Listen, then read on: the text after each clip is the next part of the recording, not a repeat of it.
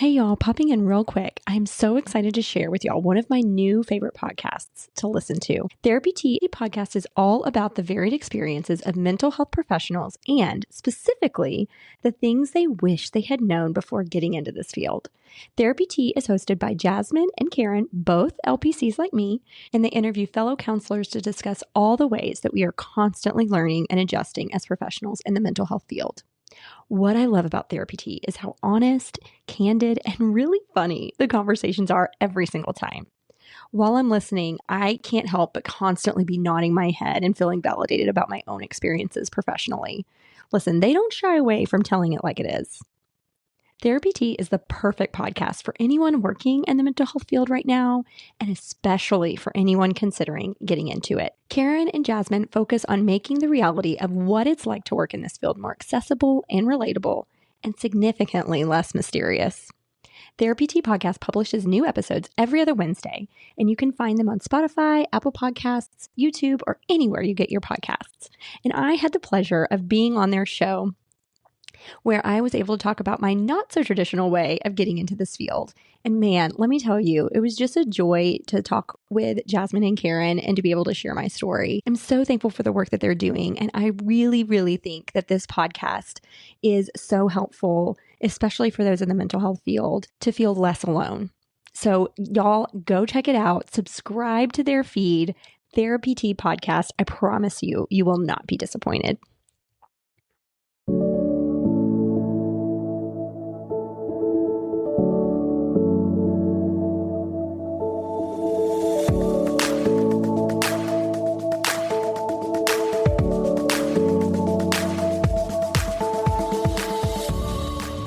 There, and welcome to the Couch Next Door, where a happy hour meets a therapy session. I'm your host, Candace Frazier, a licensed professional counselor. Each week, I'm honored to have a friend come sit on my couch, and we'll dive into an area of mental health that is impacting their world. We'll definitely laugh, probably cry, and maybe go on a rant or two, because we are all humans, full of emotions. Come hang out with us.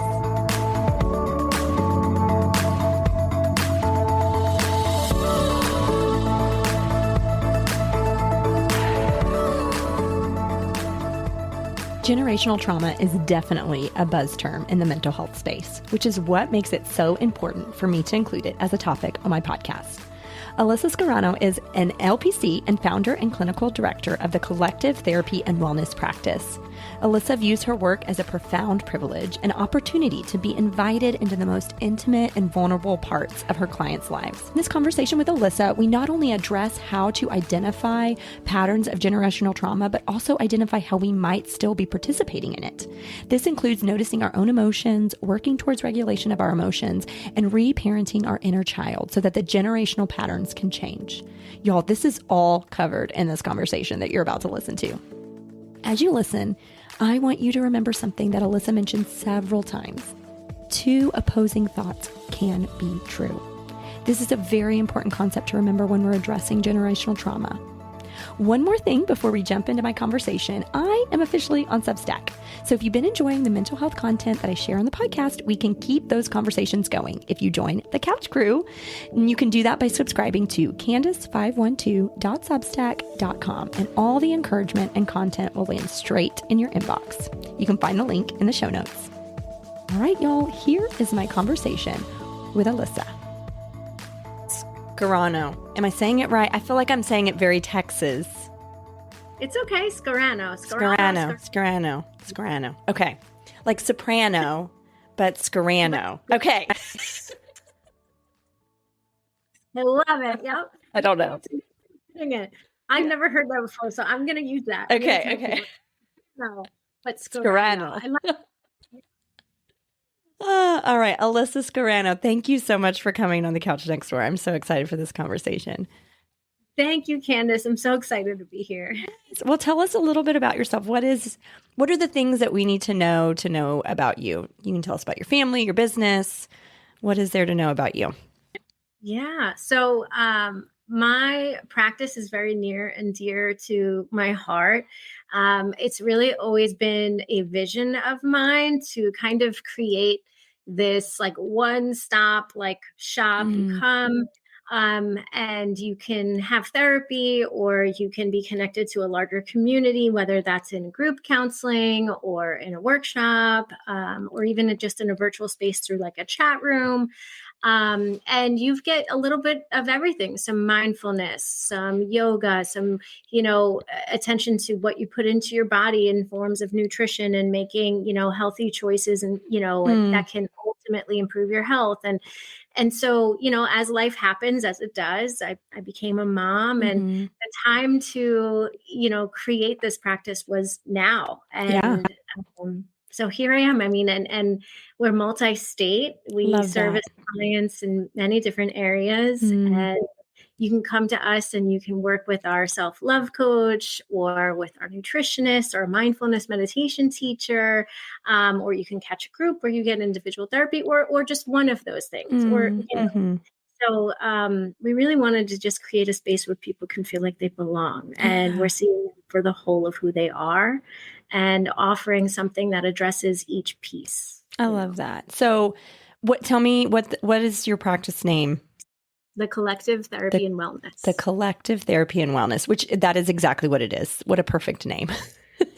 Yeah. It's a bunch of us like working together collectively for the collective. Yeah. And so what does that look like when you've got these various, various therapists, various like disciplines that are working with a client? How do y'all sort of collectively work together for this, maybe one particular client? What does that tend to look like?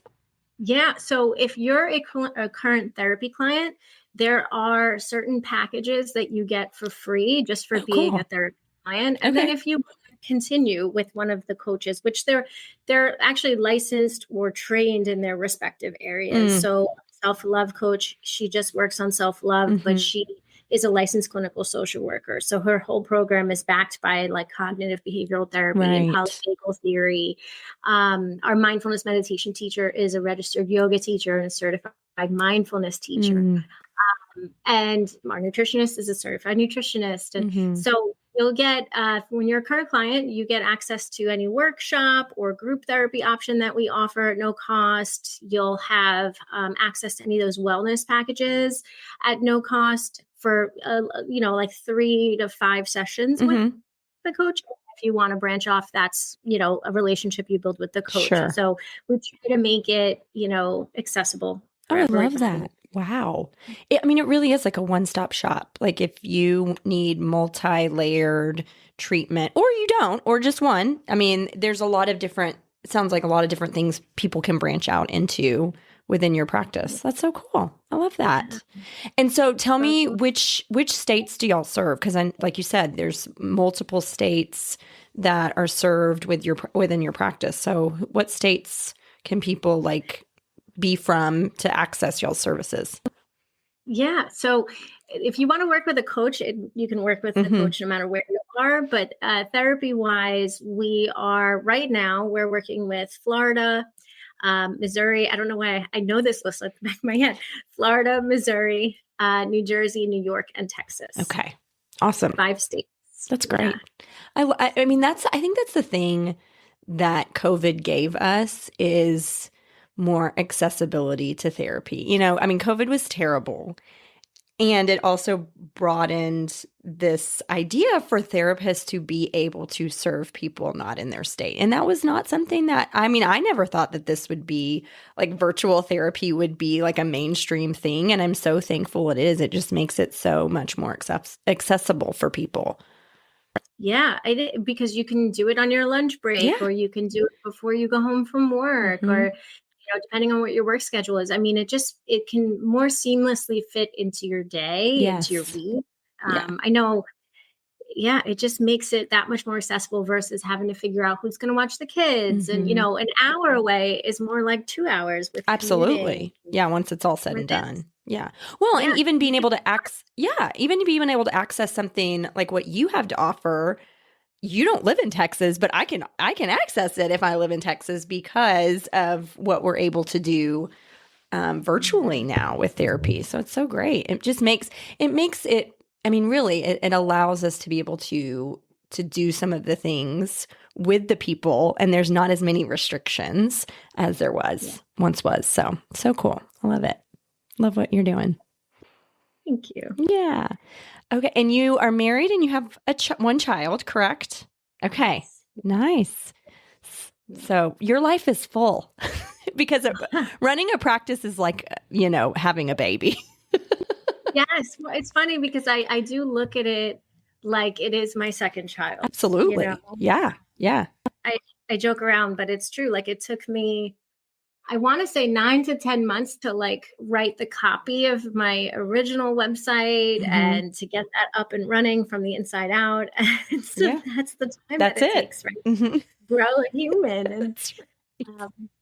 And even the process, I mean, Candace, I think you have your own practice too. Right? Yeah. So the interesting part is I've noticed is like, if you're really in your practice or your business or whatever it is that you're doing, like a listener here is doing, if you are an entrepreneur yourself, it's like, if you're really connected and present with the business, it's going to tell you what it needs next. Like, where are you at? What is it needing? What is it struggling with? And where can it benefit from some more support? Absolutely. And just like with kids.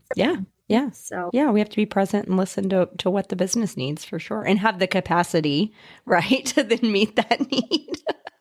Yeah. Giving yourselves grace the whole way, trust in the process. So true. So true. All right, Alyssa. Well, do you have a rant for us today that you'd like to go on? Okay. Adulting. Yes. When you're young, you're in such a rush to grow up and like have all this freedom. And then, you become an adult and you realize like, I am more trapped than I ever was, 100%. Like true. This was all a scam and I want my money back. Like all I'm doing is working to pay the bills. Which then I just have to work to continue to live. Right. So. Yes. When does the fun part happen? That's what I would like to know. Right? Yeah. I'm still waiting. Oh, well, and I mean, we could go on and on about just the cost of adulting. Like, I just put 4 new tires on my minivan. Like, that would be a kind of a mini vacation. But no, I had to put tires on my van to get these kids where they need to go. Yeah. Same. We just replaced all the tires on my car, and now the brakes need to be replaced. And then I renewed the registration, and now I got an alert that it's time for an inspection. And I'm like, when does it stop? I know. And I feel like every time, like if we have a little extra money, it then goes to something related to being an adult. It's not like a shopping spree or a fun vacation. It's tires, toilet paper, a car inspection. Yep. Yeah. And thankfully, that is how it works out somehow. Sometimes, right?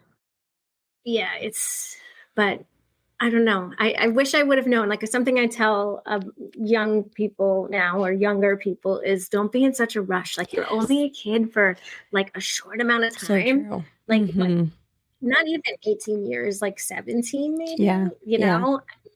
Then you're an adult, and that's it. Well, and I think that's really even good that you're speaking to that too, because I think also in our culture now, I think even when I was growing up, it was like, you need to figure out what you're going to do. You need to figure out what you're going to do. But I feel like it's even worse now. Like, I have a kid going into high school this coming year, and they have these things now called pathways, which is essentially you're picking a major for high school. And I'm like, he's 14. He doesn't know. I didn't know at 18. Do you know how many times I changed my major? So, like, what are we doing to these kids, making them decide what they want to do for the rest of their lives when their brains are not even close to being fully formed? Yeah. Yeah. For all those years, right, they're told who to be, how to act, what to do, and how to do it. Yeah. And all of a sudden it's like, okay, pick. Like, how? You don't even know who you are in the world. There's too many options, too. Like, because, I mean, I think that's also a good narrative, is you can do anything you want to do, but then that feels really overwhelming. Yeah. And you do have to pick it so quickly, right? Like before you even have had a minute to, just get out into the world. Yeah. And then you think like, okay, well, what's the alternative? Not having that be part of the conversation? Like, no, but to have it figured out at that age, Yeah. and for it to be the thing, like how many of us as adults really have all kind of looked back at one point and been like, probably should have done something different. Yeah. Yeah. Absolutely. Well, and I also think because of like this idea, like you were saying, we're, kids being so quick to want to grow up, like I think there's also missed opportunity to go explore the world, right? Like to go explore yourself in the world, because you got to graduate high school and then you got to go to college and then you got to go get a job and then, move up the corporate ladder or whatever it is, that there isn't that time and space necessarily that's encouraged to go figure yourself out so that you can have lived experiences to then know what you actually want to do. So I love that. That's such good advice. Yeah. If you're graduating high school, go like, I don't know, your parents probably will hate me for saying this, but like go explore, like go to Europe. I don't know, go do something fun, because, there will be a time when it's harder to do that. Yeah. Yep. And, I think the other thing is like, if you're also not sure and that's not an option, like take classes that interest you. Yeah. Right. Because I'm a big believer of if you're interested in it, you're going to find something, along the way, and don't limit yourself to just one thing, and if you go to grad school because you do your whole bachelor's and you're like, I don't know if I want to do this, then okay. Yeah. School. Yeah, absolutely. Yeah. And I mean, I think some of that too is like exploring some of those like inventories of like figuring out what you're good at. Like you said, if there's something that interests you, okay, maybe that's something that you can actually make a career out of. Let's explore what parts of that you really like. But I don't know that they do that as much as they probably should when these kids are growing up in high school and stuff. Yeah, no, that's a good point. I don't remember that. I don't know that they do that now, like those assessments in terms of like what are your strengths and, what field might you be, suited for and things like that. That would be really smart to incorporate. Okay. School. So the rant is, if you're young, don't rush to grow up. It's not all it's cracked up to be. No. And how nice would it be to like hold on to that like innocence and naivety just a little bit longer, And one of the reasons I have a 4-year-old and I'm like, just where our whole life is about imagination and creativity. I'm like, I can't. I'm not ready to let it go. Yeah. Well, and I think that is one of the gifts of parenting too. It does kind of help us to connect with our younger selves again. It almost like gives us more permission to do that than if we weren't in that world. So I love that. That does give us a little bit of a relief from all the adulting when we have little kids around. Yeah. Okay. Which I think this is a great segue actually to what we're talking about today, isn't it? With generational trauma. So we got to meet and chat, about a month or so ago. And I felt like our conversation was just so easy. And I know a lot of the work that you do is all around relationships, which that's some of my favorite work to do with clients, is just really digging into what relationships look like, how can they be healthy, how can you be honored and also honor those around you really well. And so I know something that you and I spoke about when we first met was the work that you do with clients around generational trauma. And so can you tell us a little bit about I think that's kind of a buzzword. A lot of people are hearing generational trauma. What does that really mean? Like what kind of things should we be aware of that might indicate there's generational trauma going on? I think the way to really answer that is first, let's talk about how it all comes to be, right? And the truth is that when we go back to our family of origin and we look at what are the dynamics that I saw, what are the dynamics that I kind of was exposed to and then inadvertently participated in some way, shape, or form, right? If I was kind of like the peacekeeper or the officer of compliance and just never really pushed boundaries or spoke up, or if I, overfunctioned as a kid to manage everybody else's emotions because there was so much conflict at home, like that is a role that I learned to play very young. If I had to take care of everybody, if I couldn't speak up, or when I spoke up, I was blamed, when in reality, like what was going on was not okay, right? Like these are early learnings that form our belief system. And then there's the other aspect of like, that's the experiential piece that's the experiential piece that's kind of like felt. It's not even really called out until years later. Right. But then the more, the other piece of it is what shapes our own self-talk, right? Is it often comes from the way our caregivers, our attachment figures or authority figures spoke to and of us. That becomes the language that we develop or learn to describe ourselves. And so, the way we see our parents or caregivers interact, right? That is the idea of love, or that is how conflict is either handled or not handled. And so we're talking about generational trauma. It's what happens in childhood, right? The way our parents act or respond in times of stressor or conflict, or how even like things like money are viewed, right? If money was always scarce, right? And it was always something that you had to work really hard to obtain. And as soon as it came, it left, right? That can become the narrative of what it means to for money or financial stability growing up as you grow up into adulthood for yourself. Now, our parents' behavior, right, came from what their childhood was. And things just get carried on and carried on and carried on. Sure. And where we, I think, sometimes don't see it truthfully is in our relationships. And, let's say that you grew up in a house where this is just an example, maybe mom did everything for everybody. And dad, I'm making this one up, but like dad was kind of there, but providing and things like that. And maybe that caused distance between mom and dad.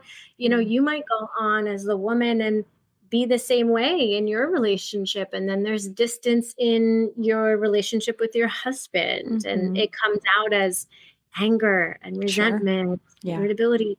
But really that's like, I don't know how to ask for help.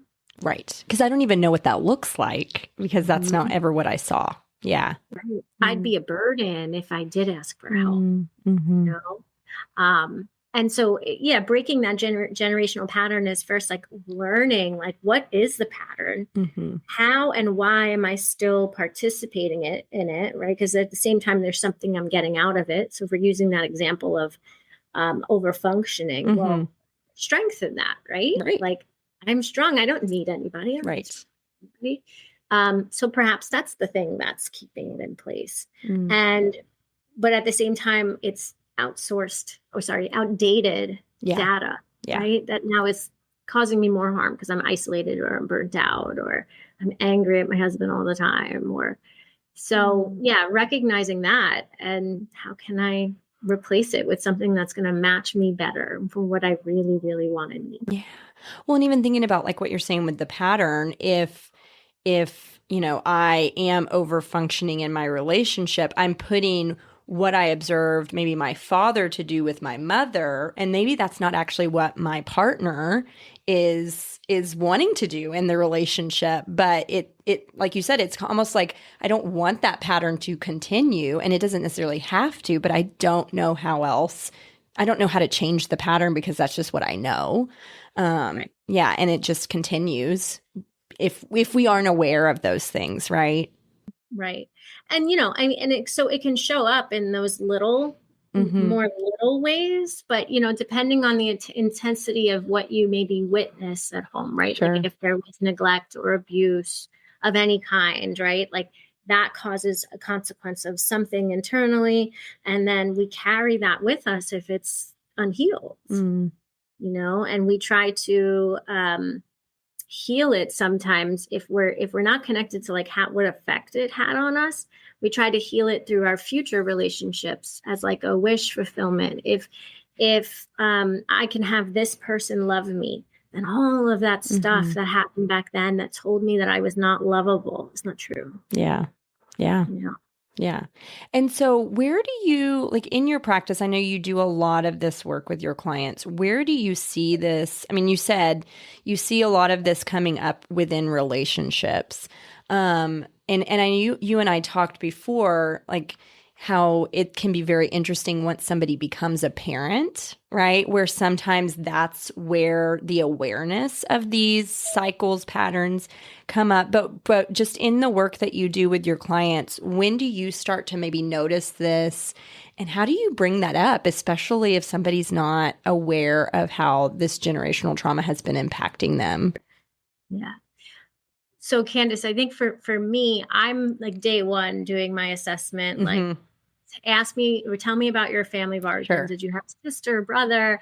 What was your relationship with mom or dad or whoever took care of you? And so from the beginning, we're kind of, at least with me, we're looking at it, who you are, based on where you've been, what's been the story, what are the patterns and themes, what are the protective mechanisms, right? And how are they still kind of pulling at you, those protective mechanisms, right? What are the learnings of myself that, based on those experiences, and how is that affecting what I'm struggling with today and now?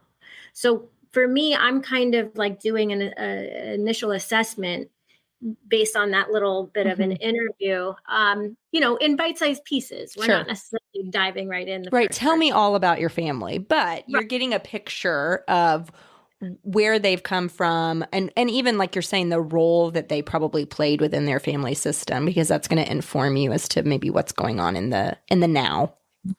Yeah. So yeah. And so it starts out like, okay, what brings you here now? And then keeping that in mind based upon the history, it kind of connects certain dots, right? So if someone came in and they're like, I'm really having a hard time with my spouse, and, this has been the struggle, that has been the struggle. And I'll keep that in mind. Like when we talk about, well, what has your experience with conflict or communication been throughout your life? And how come it's hard to communicate now? What's coming up? Yeah.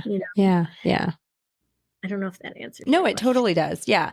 Well, so the thing that I'm thinking of, because I hear this a lot, and I'm wonder if you do as well.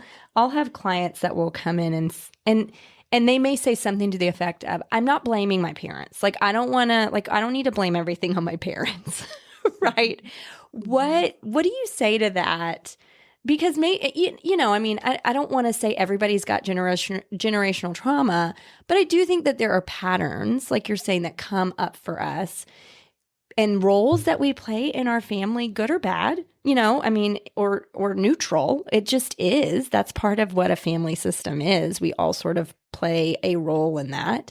So what do you say to somebody that may say, well, why are we always blaming the parents? Like, why is it always the parents' fault for what my struggles are today? Because I think that's the early learning environment. Those are your first people, that like really you learn how to say your first words, how to take your first steps, right? Like, I mean, I make a joke with my clients, with friends, is like, babies don't even know how to fart yet. Like, right. Yeah.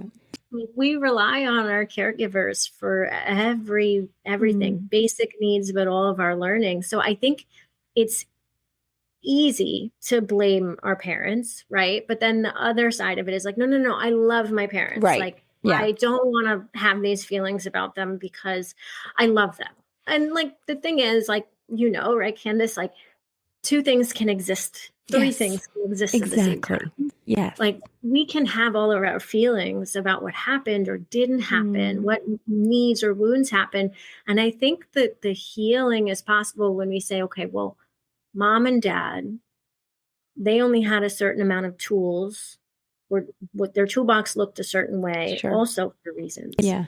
And in some ways, they were also still a wounded child at the time when they were trying to parent. And maybe they had less resources. Like now, mental health is everywhere. Yeah. Yeah. We've got Google. Back when my parents were younger, they didn't have iPhones, and it was paper maps or no maps. Right. Yeah. So, in older generations, it was very much about just sun up to sundown, pull yourself up by your bootstraps and keep moving. We don't have Mm-hmm. time for your tears. Mm-hmm. So I think it's easy to blame, but it's also not the whole story. Have all of your feelings because they deserved space then, and they deserve space now. But we don't have to hold the axe over people's heads either. Yeah. Whether our parents are in our lives or not, because sometimes that's the decision too, as the Absolutely. Adults. Yeah. Well, and I know there can be a feeling of guilt, right? Like you were saying, I love my parents.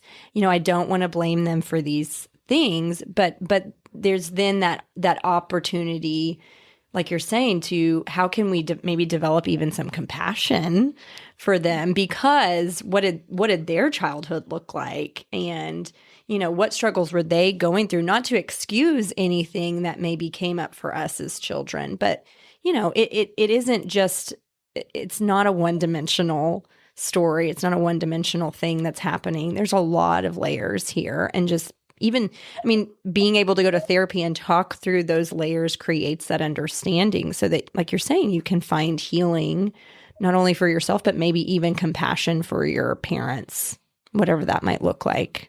Right. And it's definitely hard, right? Because connecting with that can be like, well, if I did, I have to be, it's going to strike up this sadness. Mm-hmm. And that's really hard to sit with. And it's like, but maybe you were sad then. Right. Right. Yeah. And if you look at a little kid who's not you, right, but maybe has the same story, like, would you say the same thing to them? Mm-hmm. So I think it's about having all of our feelings and knowing that you can be mad about how something happened. You can be hurt. You can be sad, but it doesn't mean that like you are, ungrateful child. Mm-hmm. And it also doesn't mean that they don't have to be in your lives anymore.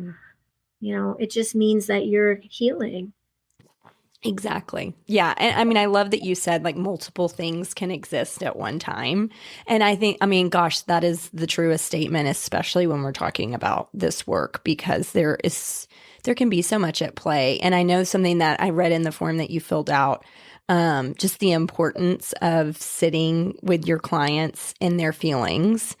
Because that's one of the things I tell my clients all the time. That's some of the hardest stuff I have to ask them to do, is just sit in those feelings, acknowledge them. We've got to just know that they're there and call them what they are and be in that, because that is how we move through them. But man, that's hard to do, especially when you weren't shown how to do that or encouraged how to do that, or even knowing what feelings are in the first place.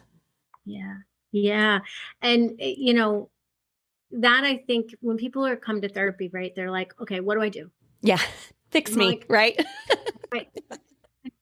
I'll kind of like, depending on the situation, I'll kind of be like, well, okay, pat yourself on the head, and do 6 turns to the left and 6 turns to the right.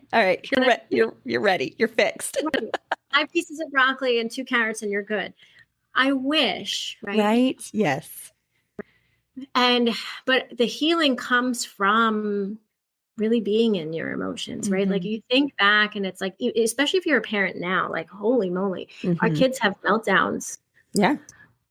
And what is the initial reaction that you have, right? Is it like, come on, we don't have time for this? Well, is that the message that I had growing up? Or stop crying, stop, or yelling or getting punished? Like, was that the reaction growing up? So it's a matter of like, when you're having your feelings, and maybe it's over something completely different, right, than childhood. It's about something else. I'm going to sit with you while you're having those feelings, and I'm not going to look away. And I'm not going to talk you out of them. Right. And I'm not going to say, don't feel that way, right? That's the thing that everybody says when they're trying to be helpful. Don't think that way. Yeah. Be happy. Be happy. Look at all the wonderful things in your life, right? Yeah. Right. Or, my favorite, you should be happy. Yeah. You should be grateful. I wish. Like, oh, that's so much shame there. But I'm not going to tell you that you're wrong. I'm not going to, shy away, look away, end the call. Like, I'm with you, looking at you, and I'm modeling like peace by being non-reactive and, even if I feel what you're feeling in the moment and I'm calling it out, like I'm listening to this and I can't help but feel so much hurt, like in my belly, in my heart, because that's what I'm trying to do is connect you to that. Maybe that part of you that learned to shut off. Yeah. And I think that's really, once we build up a comfort with all of our emotions, we no longer have to hide or shut down or self-abandon or shame ourselves. All those things we learned how to do. Right. Yeah, we can actually lean into them, get to know what we're feeling. And so then we know what we need.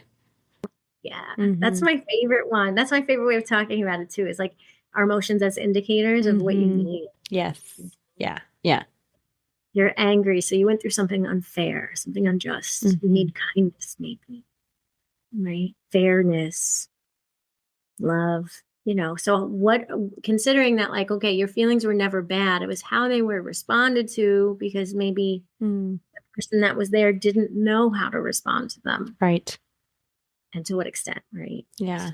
So good. God, that's so good. And it's so hard. Like, I just want to validate that too. Like, especially, what Alyssa's saying, like, if that was not something that was encouraged or modeled, the idea of sitting in that feels deeply uncomfortable. And that's some of the most beautiful work in therapy, though, is to get to see people in that discomfort, like, work really hard to still stay in that. It's so hard, but it's so worth it, and that's what I try to encourage clients to. I know this feels so uncomfortable. And I'm not expecting you to ever feel comfortable, but we're going to get more comfortable with this, right? Well, and I think at least we don't have, because every time that we've shut off one emotion, right, or a piece of it, we start to numb all of it. Yes, right? exactly. Yeah. And now, like, if you don't know sadness, it's going to be really hard to recognize happiness or joy. And then there's just going through life, like, just lost in the sauce, waiting for something good to happen, when maybe there is something good. I'm just not connecting to it. Yeah, absolutely. So tell us a little bit about, like, this idea of rewriting the inner narrative, maybe this idea of reparenting to help promote healing. I know this is, like, really a lot of the work to do when we're talking about generational trauma. So what is that? I mean, and it may just mean, I know this, we could probably talk for hours on what this looks like, but if that is a new concept for people, what do they need to know about what that work looks like? Yeah. So rewriting the narrative, that's where you're looking at the reflexive, like, belief systems, and maybe they're more subconscious. We're not aware of them, but it could have been, like, looking back at the roles, right? My job growing up was to make everybody laugh because there was so much conflict, right? Okay, well, I don't have to. Rewriting the narrative means, like, telling yourself, like, I don't have to perform in order to feel loved or seen. I always deserved to be loved and be seen. That was something I did out of survival. Still, deserve that, but I don't need to anymore. Right. So, and maybe it was a matter of, and, like, I'm just giving examples here that are common, I think, is like, if I did poorly in sports or in school, like, I would get just berated or punished, or, so I had to do well. Otherwise I would get punished, or I would get shunned, or I wouldn't get any attention. You don't have to perform in order to feel loved or be loved, I should say. You're always worthy of that. And it's really, I think where there's room now for reparenting is when there is that maybe perceived failure, or, like, I didn't perform to my ability at work or as a parent or as a, spouse, or whoever we are, right, in our lives. I dropped the ball, or I failed at something. The feeling that I'm left with is maybe like sadness or disappointment. I can meet myself there and reparent myself through that sadness and disappointment. What do you need right in that moment to feel comforted? I'm going to give that to myself. So I think it starts with rewriting the narrative or the belief system of like, I don't have to be the peacekeeper in order to be loved. Yeah. Or I don't have to perform in order to be loved. I always deserve that. So right now I feel really sad because I'm not getting that. Or I feel really angry because I don't have that in my life. How can I give it to myself? Mm-hmm. Yeah. So where do you see the first step of this work? Is it the recognizing your emotions, or is it really understanding what your role was within the family system? Well, I would say depending on how dysregulated we are, we all can get there, Sure. right? Because all of us are human. Is like there's no logic when we're upset. Yeah, true. None of us. Whether you're 4 years old or you're 44 or 64, like there's no logic when we're upset. So the first piece is, bringing ourselves back to some sort of baseline where we can start to, where we're grounded, or we can really start to kind of sit with ourselves rather than be in reaction, right? Which is where we yell or we get mad at ourselves or we pull away, right? Anything that's reflexive to the situation. If we're just kind of centered and grounded, right, then we can start getting into like what some of that introspective work of like, what am I feeling? What are my feelings telling me about what I need? Is this that old story getting stirred up again because there's something sticky there? And what do I need right now in order to move forward? Yeah. Yeah. Okay. And so with this reparenting, this idea of reparenting, and you mentioned it a moment ago, like even being able to visualize a child, like or a child that how would you speak to them? And I've, been able to sort of walk clients through with that idea, because when I say, well, this 3-year-old that is in your life that you love so much, could you ever imagine speaking to her in that way? And they're like, oh, absolutely not. But yet that's the way that they're speaking to themselves within that inner narrative. And so even just like trying to pull them out of that and see that from a different perspective, giving them that option of visualizing how would you speak to a child, because they would never speak to somebody else like that, but they do that to themselves all the time. Right. And consider, right, when you're in that big emotional state, that reactive state, right? That's dysregulation. Yeah. That might as well be that 3-year-old, 4-year-old, like having a really hard time emotionally with something, right? Am I in that scenario going to yell at myself and expect to feel better or just stop or just shut off? Or like, maybe that's what I was taught to do with this stuff, but that's not what I needed then. And it's not what I need now. So if you are listening and you have like you have a child at home, or you care for a child, and you see them having a temper tantrum, right?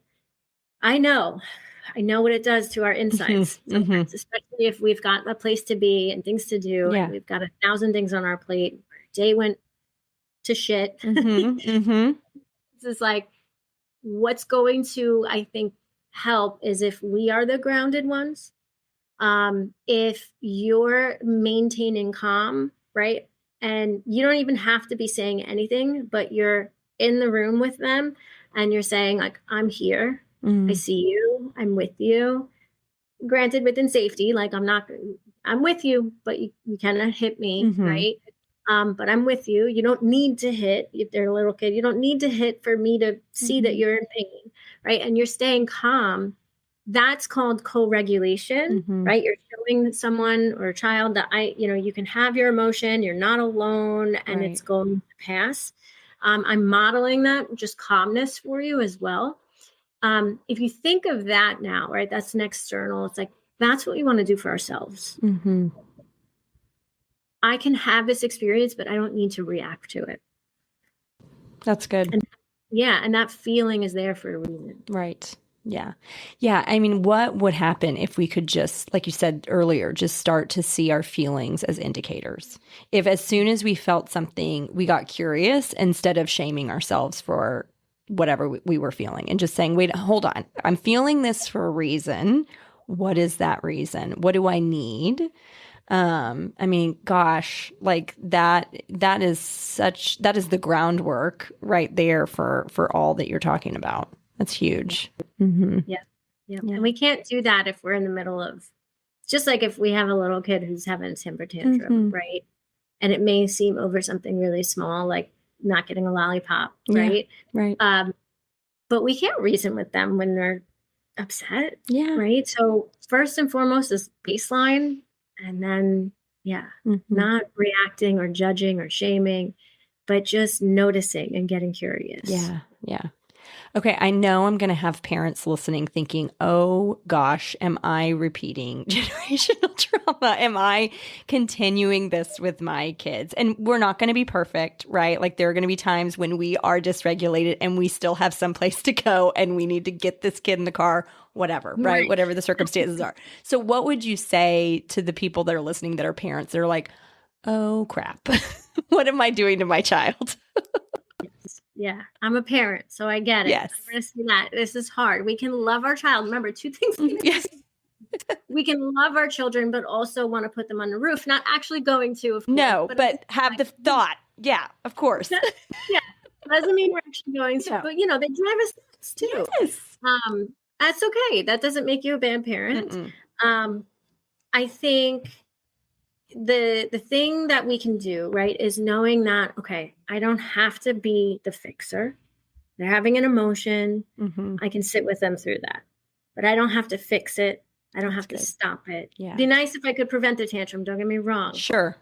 But I don't have control over that just as much as I don't have control over something. Right. But maybe their feelings are informing us of how to prevent it in the future. Maybe not. I mean, they're irrational when they're upset, but that also could be an informant. It could be, right? I mean, if you think about it, side note is like, what do we all do?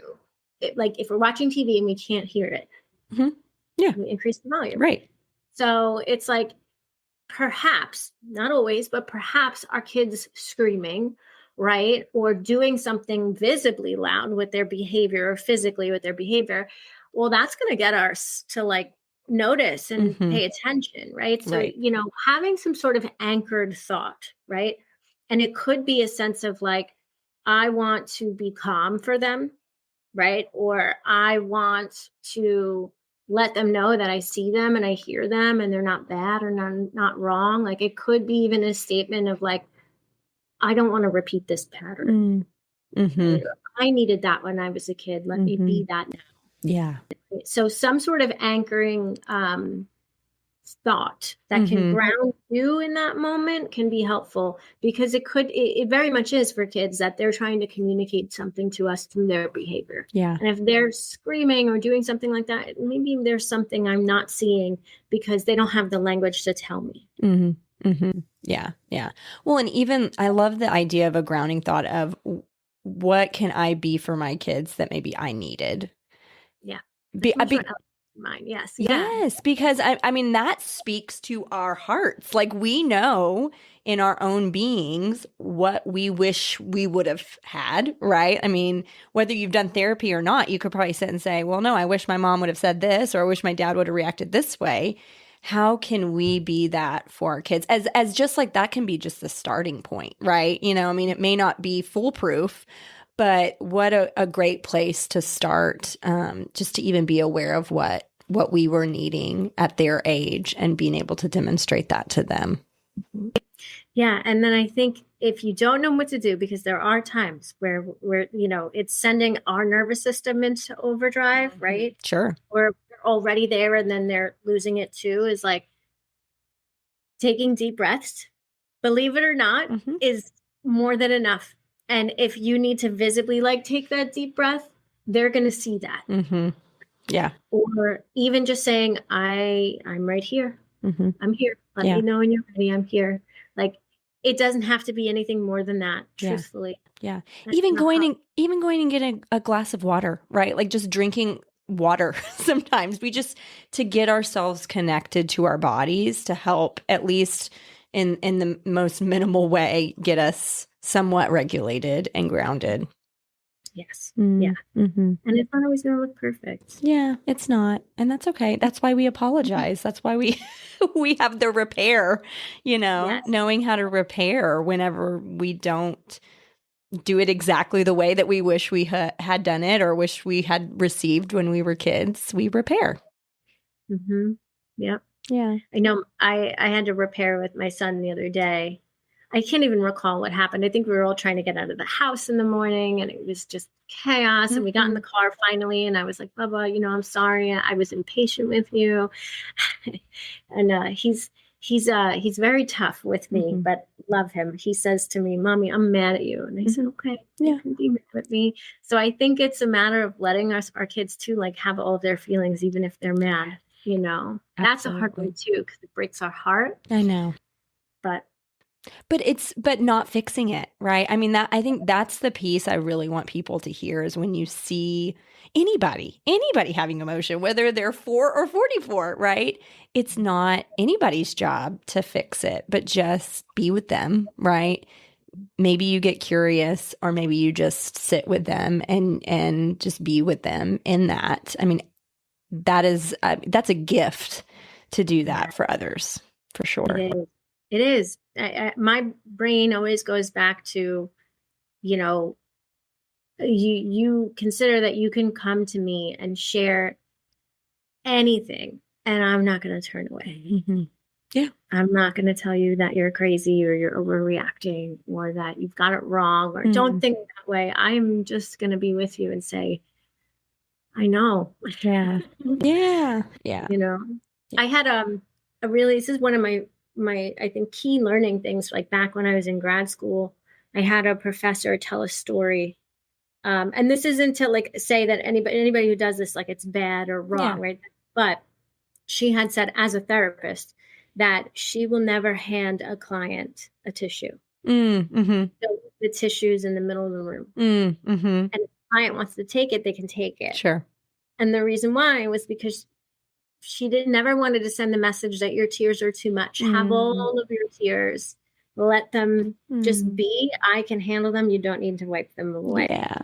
Wow. And so that's what I think, you can kind of keep in your back pocket is like letting somebody that we love have all of their emotions, even if it stirs up 1,000 things inside of us. It's like, but I see you for all of you, even when you're not your best self, and I'm here anyway, and I'm not going anywhere. Yeah, that's so good. That's so good. I mean, that's the takeaway right there. That's what we can all do. We all can do that. We really, really can. Okay, Alyssa, so people are listening and they're maybe resonating with some of the things that you're saying. They feel connected to some of the things that you're saying. What would you say their first step should be if they really want to maybe dive into finding healing from some of past trauma, from parents growing up? Like, what would you say their first steps need to be? What do they need to be aware of? What would your encouragement be for those listening? So my encouragement would be to notice what's happening in your body, right? Your body, I mean, this is not my quote here, but your body knows before your mind does or anything else. So your body is always going to clue you into, where am I at? Do I feel safe? Do I feel not safe? And your nervous system is going to clue you into what is it that I'm feeling? What is it that do I need? And practicing grounding yourself in that way and caring for yourself during those times when your nervous system is activated, that's going to help us from being reactive, where we can then be a little bit more curious and make choices about how we want to respond to things. And now if you're noticing that that's really hard, because sometimes when we look inward and we're feeling now all of the things in our nervous system, that in and of itself can be really dysregulating. So if that's really hard, then it might be a matter of you're really in your head very often and not connected to your body. So doing that was really shocking. So it might mean shifting your focus, going outside, watching or listening to something funny or cute dog videos or something, cat videos. interrupting the thought process. You can focus on something else until there's a sense of being calm. And then having a safe person that you can lean on and talk to, you know? Yeah. Yeah. Just to be able to have somebody experience that with you. Yeah. Okay. Okay. And then reach out to Alyssa. She's a wealth of resources and knowledge. And oh my goodness, this is so good. Is there anything that we didn't cover that you feel like is important to cover on this topic before I ask my last question? Yeah, I think, you know, especially like the collective in and of itself was born off of like when we heal ourselves, right? Healing the individual heals the collective. So everything begins within. Every single emotion that we are experiencing or challenge or conflict that we're having with another person, right? There's something sticky inside each of us that like gives that recurring pattern or theme roots, and it just keeps happening. So when we work towards showing ourselves compassion, self-love, and attention and validation, we're working on our own healing, and that's going to come outward on with the people that we love and the people that we see daily. If we're having more patience for ourselves, we're going to have more patience for other people, right? More compassion for ourselves. We're going to have more compassion for our parents. Yeah. So true. Yeah. Well, and so I think that's the other thing you're saying without saying it is if you're noticing hiccups in your relationships, that might be an indicator that there's some work. Not because of necessarily you, but like what you're saying is maybe if you're not being patient with yourself, you're having a harder time being patient with others, or compassionate with yourself. You're having a harder time being compassionate with others. That even noticing if there's some disconnect in some of your closer relationships, there may be some of these things at play that need to be, you know, revealed and unpacked. Yeah. Looking at life as if it's a mirror, right? Like everybody that we come across throughout our day, conversations that we have, and I actually have a funny story. Conversations that we have or interactions, like we look at that and we kind of like say, what is this showing me? What is my internal reaction to this showing me about myself? Right. Yeah. And I'll self-disclose here to show you like what I mean.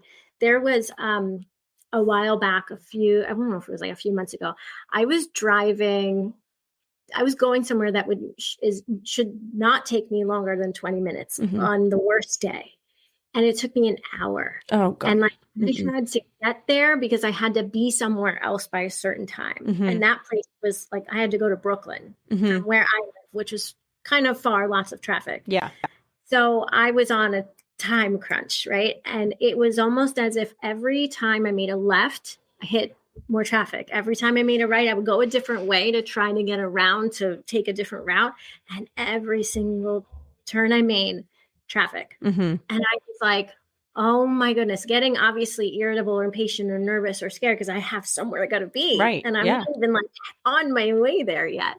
And I'm like, wow, what is this showing me about my life? Like, well, you know what? Lately in my life, it's really bothering me right now, this whole situation, because lately in my life, that's what it's felt like. Every turn I take, I'm hitting a wall.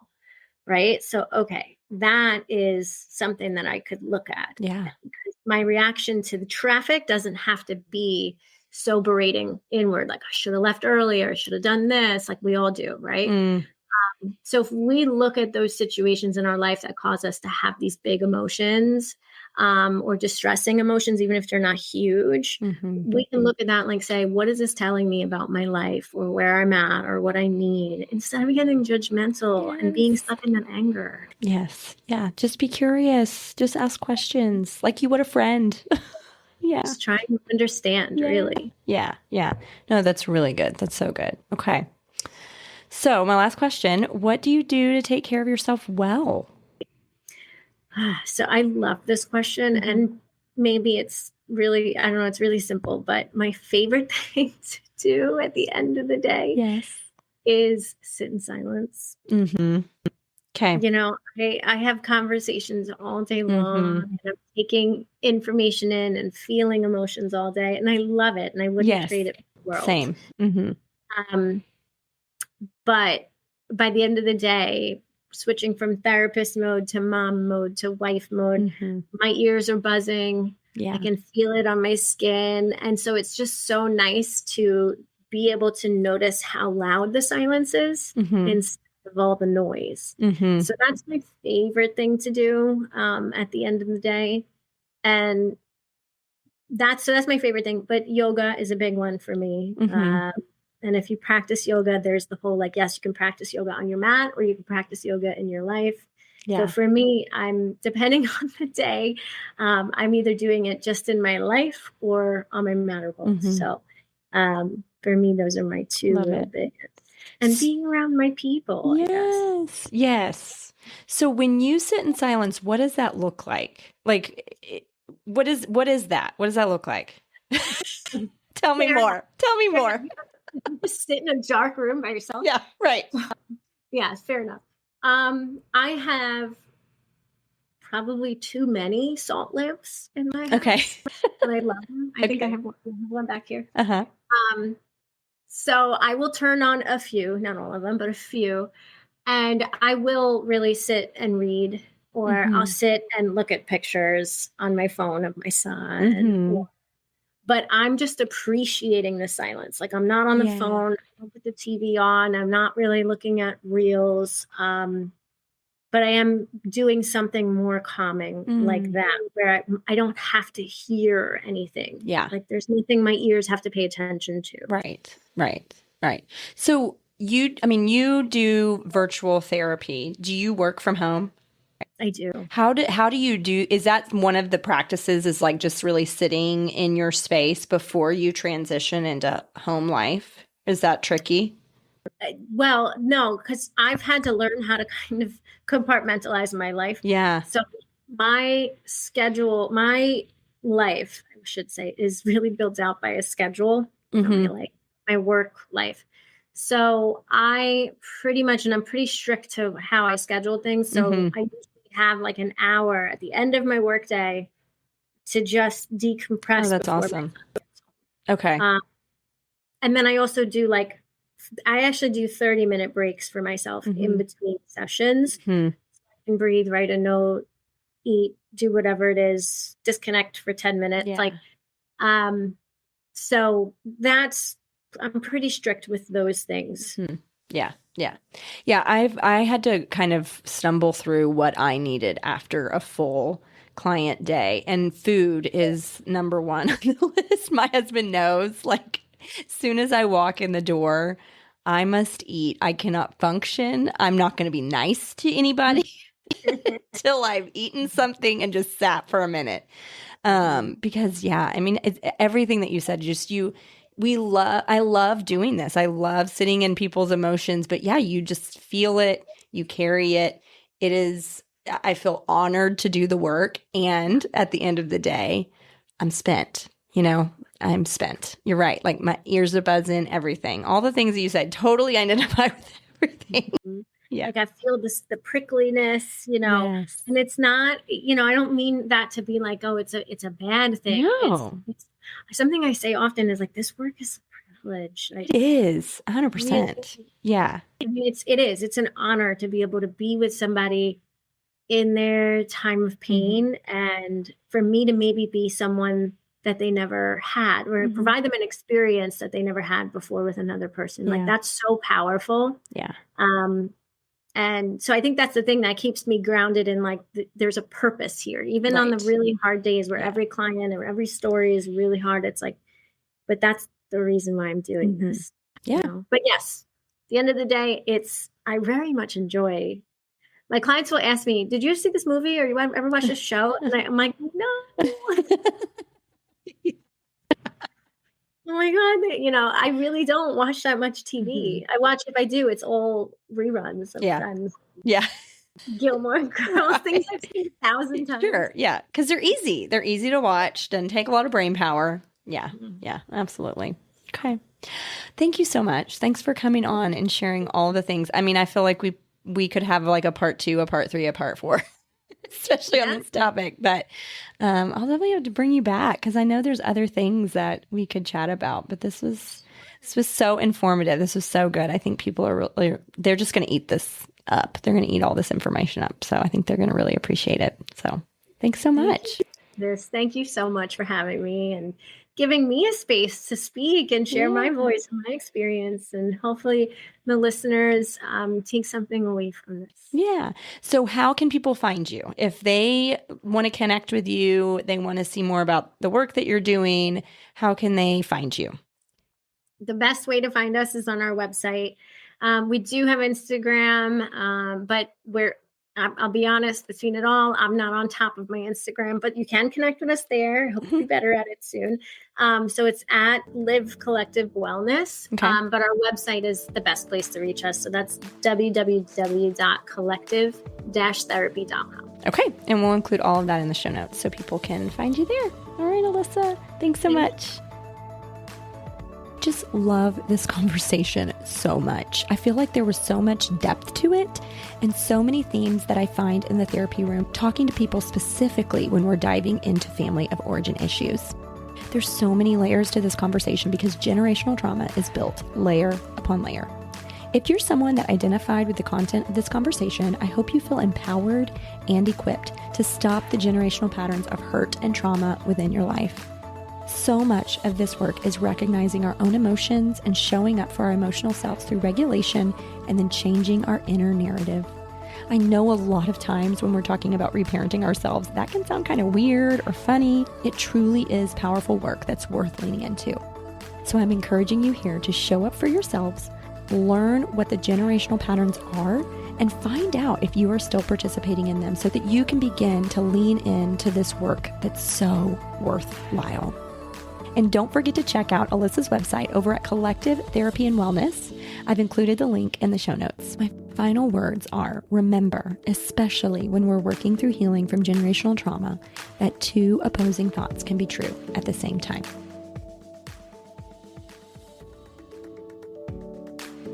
The information included in this podcast does not replace that of your own professional therapy. If you believe you are in need of professional assistance, please reach out to the medical community in your area.